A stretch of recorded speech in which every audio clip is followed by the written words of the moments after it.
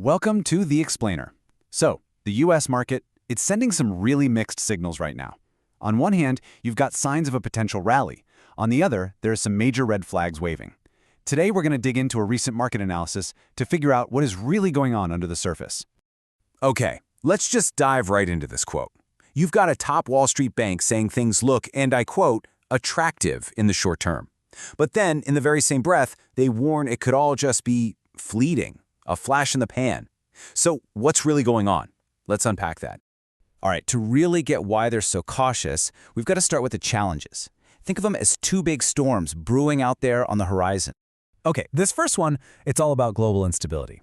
The Strait of Hormuz, which is a critical artery for global oil, is basically shut down. You've got ships being attacked, you've got Iran publicly denying any back-channel talks are happening, and US officials are saying this could drag on for 2 months. The whole situation has global shipping and energy markets on a complete knife's edge.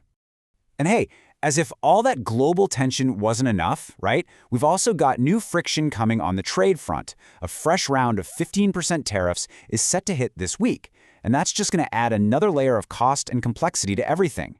And look, these tariffs, they're not just some abstract numbers on a spreadsheet. You're actually going to feel these. They're already showing up in your grocery cart as shrinkflation. You know, you pay the same price, but the package is a little smaller. They're in bouquets with fewer flowers. And manufacturers are pretty much done absorbing the costs. They're just coming right out and saying that by 2026, they plan to pass 100% of that cost directly onto you, the customer. Okay, so you've got geopolitical risk, you've got rising tariffs, you have consumers getting squeezed. So why isn't the economy in more trouble? Well, the Fed's latest Beige Book report actually gives us a pretty surprising answer. So, to get to the bottom of this, the Federal Reserve did what it does best. It surveyed businesses all across the country. And what they found? Well, it wasn't a simple story of everything's great or everything's bad. It's a fascinating and really divided picture of the American economy. And what they found is this clear K-shaped split. You've got the top arm of the K pointing up. That's high-income households. They're the ones fueling growth, spending on luxury hotels, fine dining, Broadway tickets are selling strong. But the other arm of that K is pointing straight down. Low and middle-income families are cutting back everywhere they can, switching to store brands, putting off car repairs, even delaying medical care. And at the same time, demand for food and rent assistance is actually going up. Then there's AI, which is creating this paradox in the job market. So the good news? It's not causing mass layoffs. Companies are using it to make their current staff more productive, not replace them. But the bad news? It's creating a hiring bottleneck, especially for people just starting out.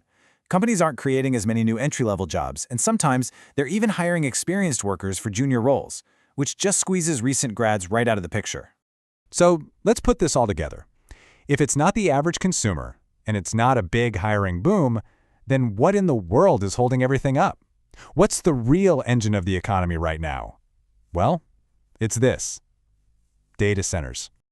Yeah, you heard that right. The source material actually calls data center construction the big thigh of the US economy, the one powerful muscle doing all the heavy lifting. I mean, look at this. In Chicago, it's single-handedly keeping steel sales in the green. In Cleveland, for some manufacturers, it is literally their only area of growth. Think about that for a second. This one industry is keeping manufacturers, trucking companies, and distributors afloat, and it's masking weakness in almost every other part of the economy. All right, so let's see how this weird economic tension, this fragile market propped up by just one thing, is actually playing out for a few big-name companies that everyone's watching. First up, we've got Broadcom, a huge player in the semiconductor world. And man, they delivered exactly what investors wanted to see. They beat expectations on their earnings and their revenue, and then they raised their forecast for the next quarter by a lot. In a shaky economy like this one, that kind of confidence is a huge green flag. But here's the catch. Despite all that fantastic news, the stock is just running smack into a wall. For months, it has not been able to break through this specific price range. Analysts call it a resistance level. It's like a price ceiling it just can't seem to punch through. So the company's great performance is fighting against this technical barrier, which just goes to show you how even the strongest companies are getting stuck in this market. Okay, now let's switch gears to Tesla. They just got a major vote of confidence from Bank of America, which upgraded the stock from a hold all the way up to a buy. And their whole reason? They're betting big on Tesla's leadership in autonomous tech, believing it's going to make them the dominant force in the future robo-taxi market. And yet, just like we saw with Broadcom, that good news is hitting a technical roadblock. The stock is basically glued to its 200-day moving average. You can think of that line as a long-term trend decider. And when a stock is stuck there, it's a huge sign that there's a major tug-of-war going on between the bulls, who believe in that long-term story, and the bears, who think it's just overvalued right now. So you might be thinking, okay, if the big tech names are stuck, what about safe stocks? Well, the analysis here offers a really blunt reminder. If you think there's a real risk of a sharp market decline, even the most stable stocks are still risk assets. The only true defense, the only place to completely hide from risk, is cash. And all this fragility and uncertainty brings us right back to where we started, that ominous warning from JP Morgan.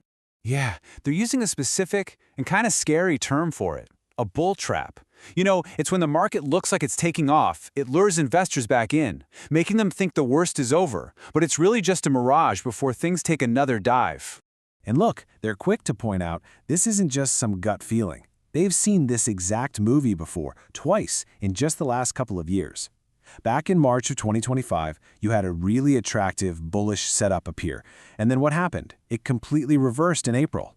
Same thing in August of 2023. A strong buy signal emerged, and it was immediately followed by a sharp market slide. So here's the bottom line. What we have is a market that's facing some serious headwinds, being held up by a really divided consumer, and basically one single, incredibly powerful engine, the data center boom. And that makes the whole structure, well, pretty fragile.